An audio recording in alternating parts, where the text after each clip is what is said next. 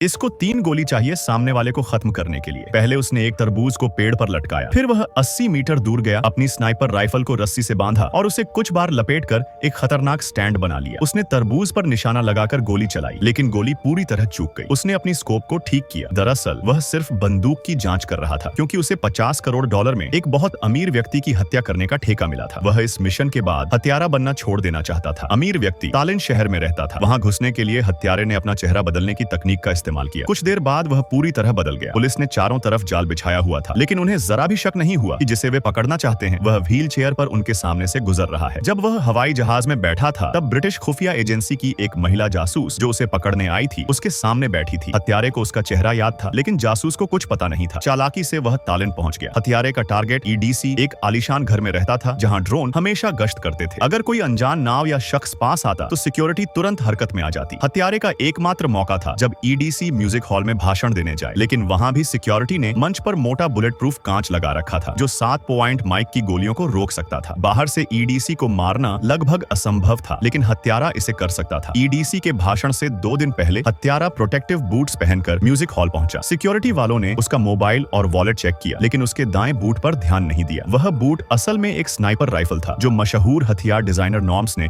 उसके लिए बनाया था। इस तरह वह चुपके से राइफल अंदर ले गया। उसने वहां से ढेर सारा पानी और नट्स खरीदे। वह आराम का नाटक कर रहा था और विक्रेता से मोल भाव भी किया। कॉन्सर्ट शुरू होने के बाद एक गाना खत्म होते ही वह उठा और चुपके से ऊपर गया। वहां एक वेंटिलेशन डक्ट थी, जिसमें वह रेंगकर मंच के ठीक ऊपर पहुंच गया। उसने अपने बूट्स को खोलकर स्नाइपर राइफल जोड़ी और उसे एक तरफ रख दिया। अब उसे अगले एक दिन रात उसी तंग जगह में रहना था। भूख लगने पर वह चॉकलेट खाता और पेशाब को पानी की बोतल में करता। कॉन्सर्ट खत्म होने के बाद ईडीसी के गार्ड्स ने पूरे हॉल की जांच की, लेकिन उन्हें नहीं पता था कि हत्यारा उनके ऊपर छिपा है। अगले दिन ईडीसी का प्रोग्राम शुरू हुआ। हत्यारा वेंटिलेशन डक्ट से बाहर निकला और मंच के ऊपर अपनी पोजीशन ले ली। उसने राइफल तैयार की, लेकिन बुलेट प्रूफ कांच के कारण उसे सही मौका नहीं मिल रहा था। जब उसे ईडीसी पर निशाना लगाने का मौका मिला, तभी अचानक एक दूसरा हत्यारा वहां आ गया। इस वजह से उसकी दोनों गोलियां चूक गईं। वह आखिरी गोली चलाने वाला था, लेकिन उसे समझ आ गया कि अब मौका नहीं है। उसे ये भी पता था कि महिला जासूस को उसकी मौजूदगी का शक हो गया है। उसने टोपी पहनी और भीड़ में घुल मिलकर म्यूजिक हॉल से निकल गया।